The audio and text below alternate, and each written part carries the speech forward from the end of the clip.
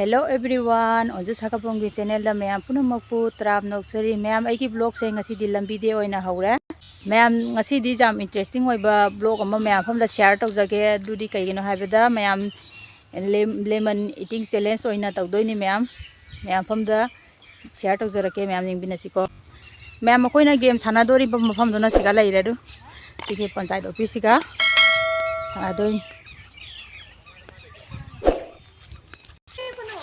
Ma'am अखोइना game सानादोरी बमफम दो सिगा लेरे प्लेयर मैम दो ना सिदा लेरे यंग दो से हाय तरो इंगांग मैम हाय तरो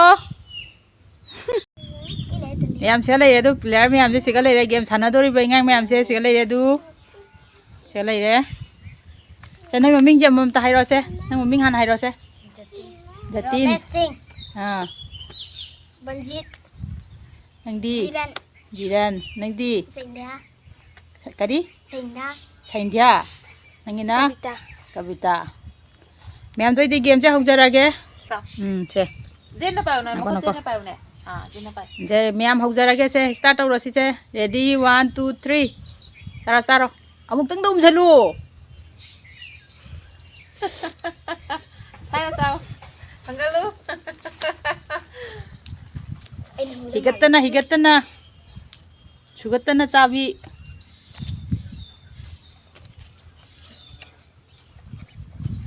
masugati ngamine no nuk makai de higatta lore ana to higatta lore namine de tin namine hai emang ngami hayo desan ya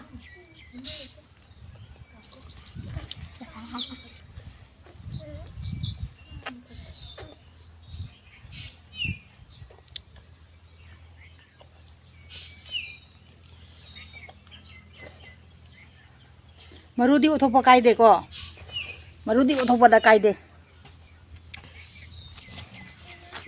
undraba saidre tai kamdre ma ramesh chaba uro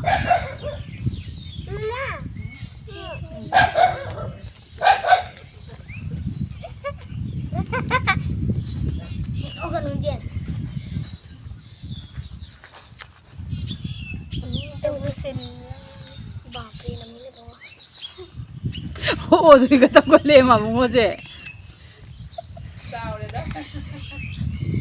एकदम हे के करे रुको ना हां बस मत के तारी तो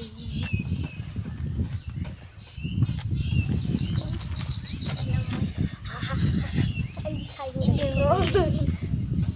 में बस से के फायदा तुम साइड करे और ना बोबो ना उधर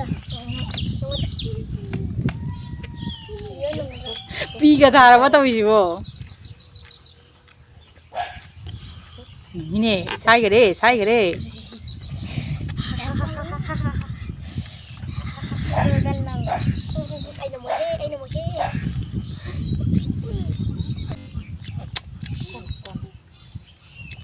nongre mabungona namgare ramesh na namgare ya khato jengalo do mabungona namgare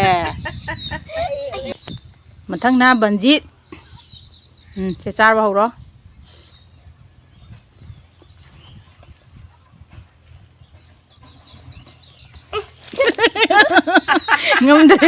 ngamdre ra mo je ngamdre maya mathang na jiran se horo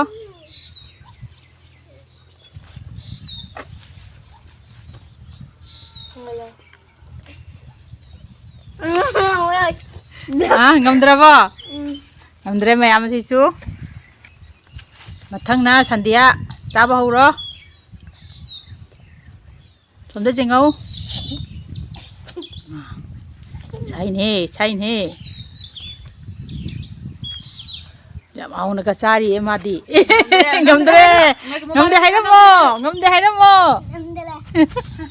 mathangi na kavita sa horo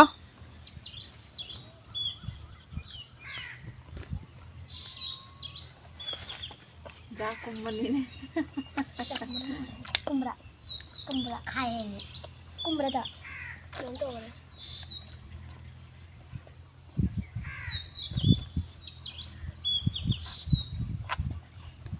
Ngomre kabita sairi higattana sairi marudi dum otho kaide Ay maru ga thake lo je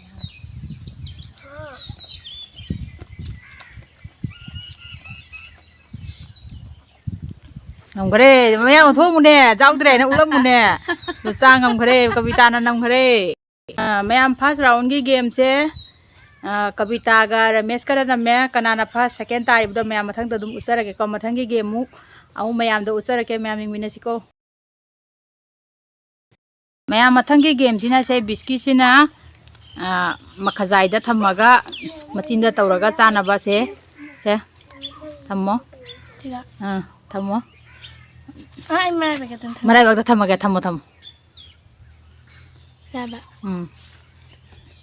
pisumduna khatla kholaga machin da tare anek chance bi ke se hanga tawro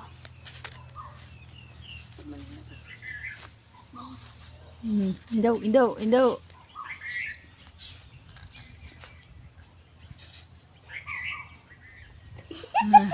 na sin ka do khapu ne na khajai ka do no mu ne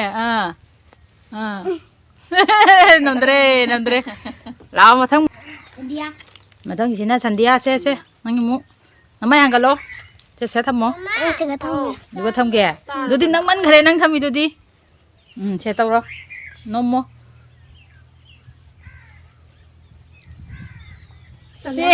tare anga pi du khulurano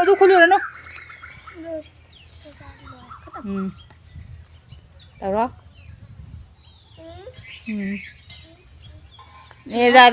jadre Rabang aja ko mathang sina romance thamo tawro se Ta thong Mama Oh. Udu Kani Pakani.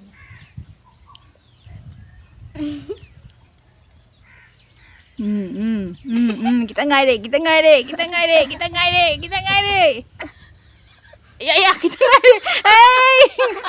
Ngom kare. Ramesh na ngom kare meo. Pasa udah tuh mang ngom kare. Mathang na jiran. Thamo. Oh. Itu cican na.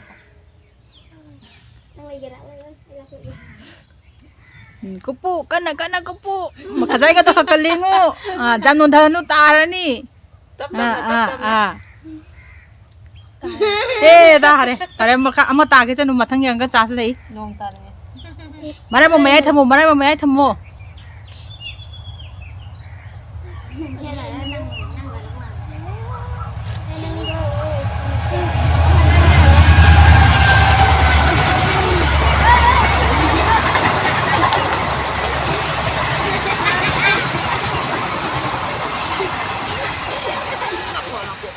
Ay di makalay dun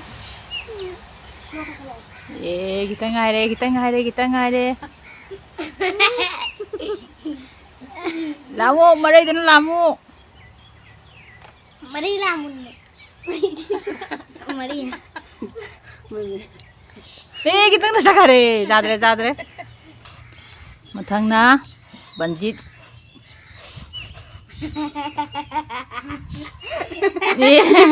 Ek bada Jadre nang tudi. Pasa thamo. Dile dek lang Se tawro.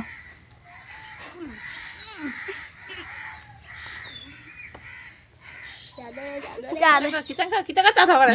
Jadre. Mathang na jetin. Ay ani nang Jetin thamo.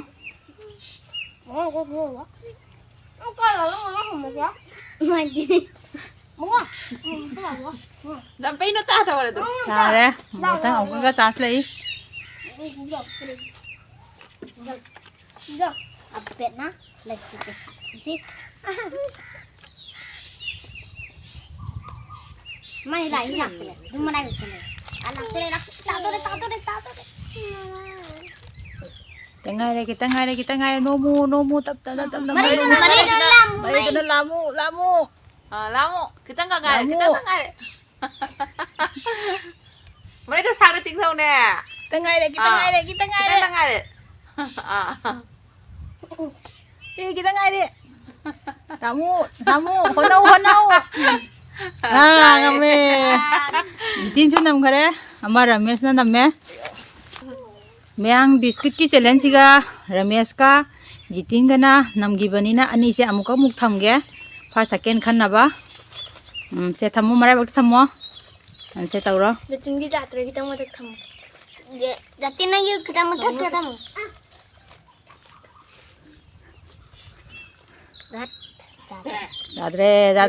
जादरे बुंगो जादरे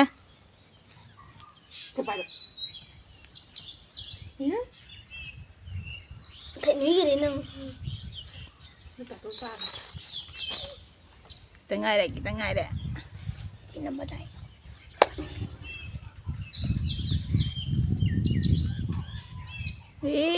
kita ngai ta deh hono ngam dore ngam kare jitin name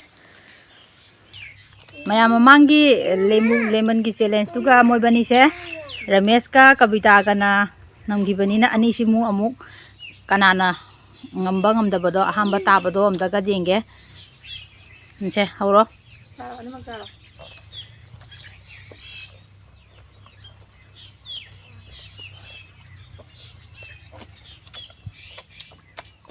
ama bunang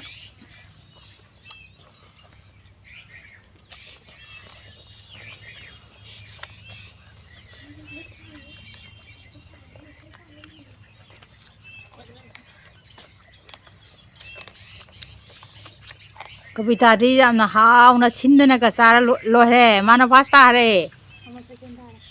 Angam दोइबो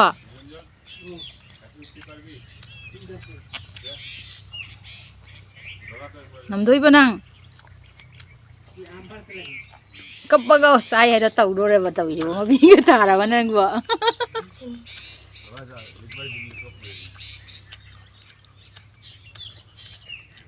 aku mau nih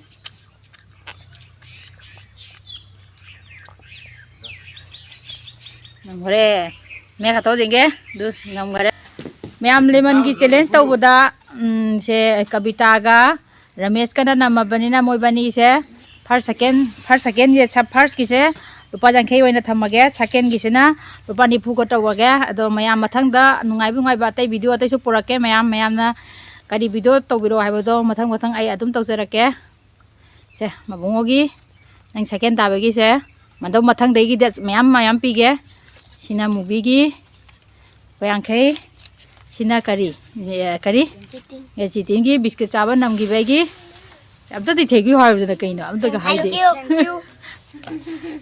ma'am की video से मतंग असिदा लोइसनजरके ma'am की video से नुंगाई बेरी नुसी वीडियो लाइक अमसुन शेयर सब्सक्राइब तौसबे मैम नेक्स्ट की वीडियो दा नोबम पुरागा लाक्सरके मैम ngasi gidi मैम से bye